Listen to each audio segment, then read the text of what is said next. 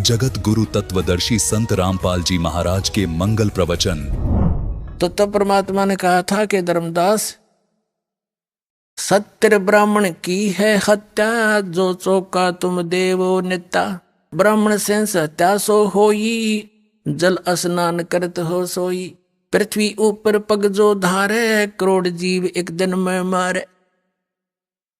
पता फिर इतने पाप तो डेली करने लग रहा का जीव ऐसा नहीं करता। जैसे लिपा पोती करते हो, पोचे लगाते हो, इनमें न जाने कितने जीव मरे। खेती करता है किसान, फाली के साथ न जाने कितने जीवों के पेट के अंदर से वो निकालता फाली, यानी वो तीखा हथियार जो फाली बोलते हैं उसको। तो कहने का जैसे अग्नि जलाते हैं इसमें जीव मरे, लकड़ियों में उपलों में पोचा लगाते इनमें जीव मरे। हम चलते फिरते काम के लिए जाते हैं, अपने व्यवसाय के लिए जाते हैं, नौकरी के लिए जाते हैं, मजदूरी के लिए जाते हैं, उनमें जीव मरे। तो ये हमें पता है कि ये हो रहे हैं। जैसे किसान खेती करता है, स्प्रे करने पड़ते हैं उसको मालूम है कि ये मेरे फसल में कीट लगा हुआ, इसका नाश करना पड़ेगा, ना तो इसको ये खा जाएगा, मैं कंगाल हो जाऊंगा। और जैसे हम रोगी हो जाते हैं तो हमारे अंदर जो हानिकारक कीटाणु बढ़ जाते हैं ब्लड में, उन गोली खाते हैं, उन गोलियों से वो कीटाणु मारे जाते हैं, वो जीव है। तो यहाँ वेद का कहने का तात्पर्य ये है कि आपको पता भी है कि ये पाप हो रहे हैं, इनको त्यागा नहीं जा सकता। इच्छा कर मारे नहीं, बिन इच्छा मर जावे। कह कबीरता दास का, पाप नहीं लगावे। उसको पाप नहीं लगे, जान के नहीं मारे। जैसे बैठे मकोड़े पर कीड़ा आ गया, उसके नो मारी ईंट, को बात हुई है। आप चल रहे हो, इच्छा नहीं मारने की, और मर रहे हैं तो वो आपका वश नहीं। कोशिश करें जहां तक पैर बचा कर रखा जा रखे, तो दया भाव हो। तो इसी प्रकार कहा कि इनके भी, जैसे हम प्रतिदिन कपड़ा पहनते हैं, ये मैला हो जाता है, तो इसका विधान, इसका तरीका बता दिया, भी साबुन और पानी से ही निर्मल भी हो जाता है। तो डेली जो हम साधना करते हैं, और ये हमारे ये जीव हिंसा होती है जो ना चाहते हैं, जब ही सतनाम हृदय धरो, भयो पाप को नासे। जैसे चिंगारी अग्नि की, भाई पड़े पुराने घासे। परमात्मा कबीर जी कहते हैं मेरे नाम में इतनी शक्ति है कि जब ही ये सतनाम आपको मिलेगा, आपके पाप कर्मों में, प्रारब्ध के कर्मों में और संचित कर्मों में ऐसे आग लगा देगा, जैसे सैकड़ों हजारों टन सूखे घास में एक माचिस की सींक जला के लगा दी जाए, सबको फूंक कर सभा करके राख बना देगा। और फिर चलेगी तेज आंधी, उसको उठा के पता नहीं कहाँ के कहाँ पटक देगा, फील्ड साफ हो जाएगा। जैसे सूरज के आगे बदरा, ऐसे कर्म छयारे। प्रेम की पवन करे चतुमंजन, फिर झलके तेज नयारे। कहते हैं फिर इस ज्ञान से, भगवान की भक्ति से, सिमरन से आपके पाप हल्के हो जाएंगे। आत्मा में एक छोटी सी बात पर भी आंसू आने शुरू हो जाएंगे भगवान की चर्चा में, तो समझो आपके पाप अब नाश हो लिए। जैसे कहते हैं, जैसे सूरज के आगे बदरा, सूर्य के आगे बादल अड़ जाते हैं, ऐसे कर्म छयारे। आत्मा और परमात्मा के बीच में ऐसे कर्मों की छाया है, ऐसे उनके छाए हुए हैं आगे। और फिर इस सत भक्ति करेंगे, परमात्मा में प्रेम जागेगा। कहते प्रेम की पवन करे चितमंजन, झलके तेज नयारे। प्यार जागेगा मालिक के प्रति, तो समझो आपके वो पाप के बादल छट चुके हैं। जैसे तेज हवा चलती है, बादलों को इधर उधर तितर बितर कर देती है, सूर्य फिर साफ दिखाई देता है, ऐसे आपके पाप कर्मों के बादल इस सतनाम और इस भक्ति से ऐसे छट जाएंगे। फिर आपकी आत्मा में परमात्मा की न्यारी कसक पैदा होगी।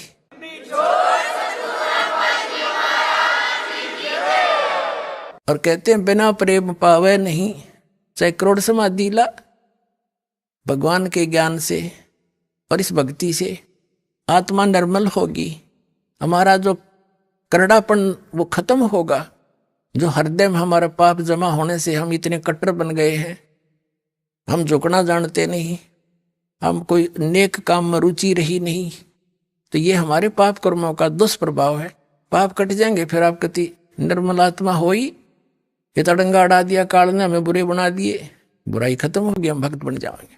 अपने आत्माओं, ये जितने भी संत, ऋषि, महर्षि, आचार्य और शंकराचार्य,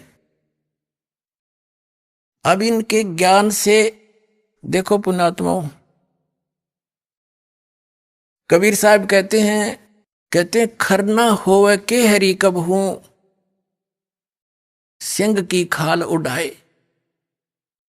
यदि गधे को शेर की खाल उड़ा दे, वो शेर नहीं बन सकता, सिंह नहीं बन सकता। एक समय एक कुम्हार ने गुस्ताखी बाही, उसने एक बदमाशी सूझी अपने गधे पे, और शेर की कोई खाल पा गई, सिंह की, उसने लाइन की, उसने ठा लिया साफ सूफ करके और अपने गधे पर डाल दी उसने, और रात्रि में गधे ने छोड़ दे खेतों में। अब गधावा अच्छी बड़ी बड़ी खेती को खावे, रखवाले जा निकट तो देखे तो शेर आ गया, वो छोड़ कर अपने स्थान को भाग गया, वहां गाँव में शेर आ गया, शेर आ गया।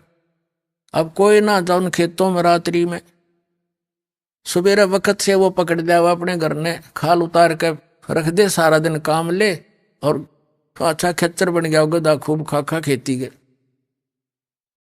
अब किसी ने एक दूसरे कुम्हार को पता लगा कि भाई शेर खेती तो ना खाया करे, और उसके सामने उसने सोचा, गांव में आया भी मैं उस शेर ने तो मैं पहचान दूंगा, उस शेर की परख करते हैं, शेर है कुछ और। तो उसने कहा भी शेर, गांव वाले कहने लगे भाई शेर है, हम आंखें देखने लग रहे, सिंह है वो तो जो बब्बर कह रही है। वो कुमार बोला भाई इसकी परीक्षण करता हूं मैं, मेरा साथ दो।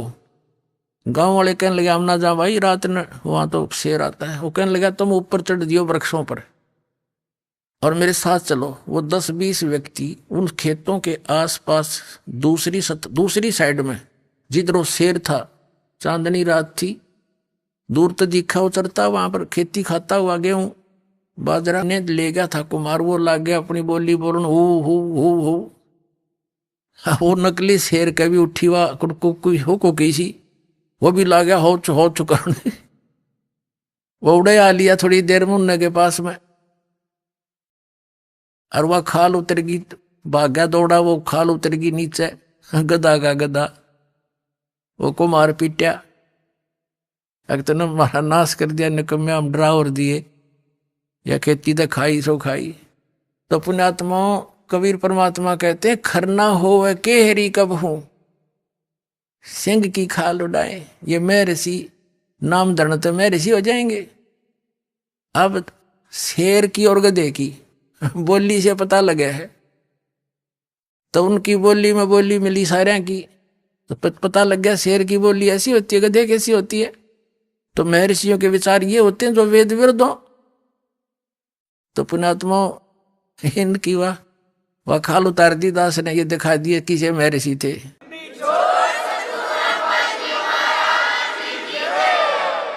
यानी इनकी बोली शेर की बोली और गधे की बोली का निर्णय कर दिया। वेद तो शेर की बोली, और कबीर परमात्मा और महापुरुषों ने जिनने परमात्मा को देखा और भगवान ने स्वयं आकर बताया, वह शेर की भाषा, वो तो सत्य है। और उसके विपरीत जो ज्ञान दे रहा है वह शेर की भाषा नहीं, गधे की भाषा है। शास्त्र विधि को त्याग कर जो मनमाना आचरण करते हैं, गीता अध्याय नंबर 16 के श्लोक 23-24 में कहा है, उनको ना तो सुख हो, ना उनकी गति हो, ना कोई सिद्धि प्राप्त हो। इसीलिए तो भक्ति करते हैं। फिर और भक्ति करते किस लिए? यूजलेस। इससे तेरे लिए अर्जुन कर्तव्य और अकर्तव्य की अवस्था में कौन से साधना कर्म करने चाहिए, कौन से नहीं करने चाहिए, वेद ही शास्त्र ही प्रमाण है। किसी की दंत कथा पर विश्वास मत करना। तो पुण्यात्मा, हमने अपने सदग्रंथों को ही पुनः देखना होगा। और दास उन सदग्रंथों से ही आपके रूबरू कर रहा है कि ये ज्ञान गलत है इनका। आज तक के जितने भी ऋषि महर्षि आचार्य शंकराचार्य और संत चाहे वो कबीर पंथी हैं। उन महापुरुषों को छोड़कर जिनको परमात्मा सीधे मिले थे और ज्ञान दिया था, सतलोक ले गए थे, वापस छोड़ा था। बाकी किसी के पास भी अध्यात्म ज्ञान नहीं है। केवल लोकवेद, दंत कथा और शास्त्र विरुद्ध ज्ञान और समाधान उनके पास है, जो जनता का हानिकारक है, उनका जीवन नाशक है। उसको त्याग दो, इसको ग्रहण कर लो। इतनी सी बात दास सारे प्रयत्न में करके यही फाइनल करता है। आप सभी परमात्मा के बच्चे हो। ये संत आचार्य ऋषि महर्षि जो पहले चले गए तो गए उन बाढ़ में, उनका तो हो गया नाश जीवन। जो वर्तमान में जितने भी बैठे हैं संत हैं, ऋषि हैं, आचार्य और शंकराचार्य हैं, इनको सोचना चाहिए कि ये दास क्यों इतना बोल रहा है। आपके सीधम सीधा कह रहा हूं, तुम्हारा ज्ञान गलत है, तुम्हारी साधना गलत है, वेद विरुद्ध है, गीता विरुद्ध है। तो ये सांप सूंघ ज्ञान ने बोलते क्यों नहीं? या तो न्यू के रामपाल झूठ बोला है, नहीं तो स्वीकार करें हाँ भाई गलत है, ताकि यह जनता जल्दी मान जाएगी। उनके कहने से सिर्फ इतना फर्क पड़ेगा कि सब सतर्क होंगे कि सचमुच, फिर वो देखेंगे सदग्रंथों से मैं दिखा दूंगा ऐसा चीज न्यू है भाई। अरे अपना भगवान पहचान लेंगे, दास का भी काम हल्का हो जाएगा, बैठ कर भक्ति किया करेंगे, पूरा विश्व नाम लेगा और कल्याण हो जाएगा सबका।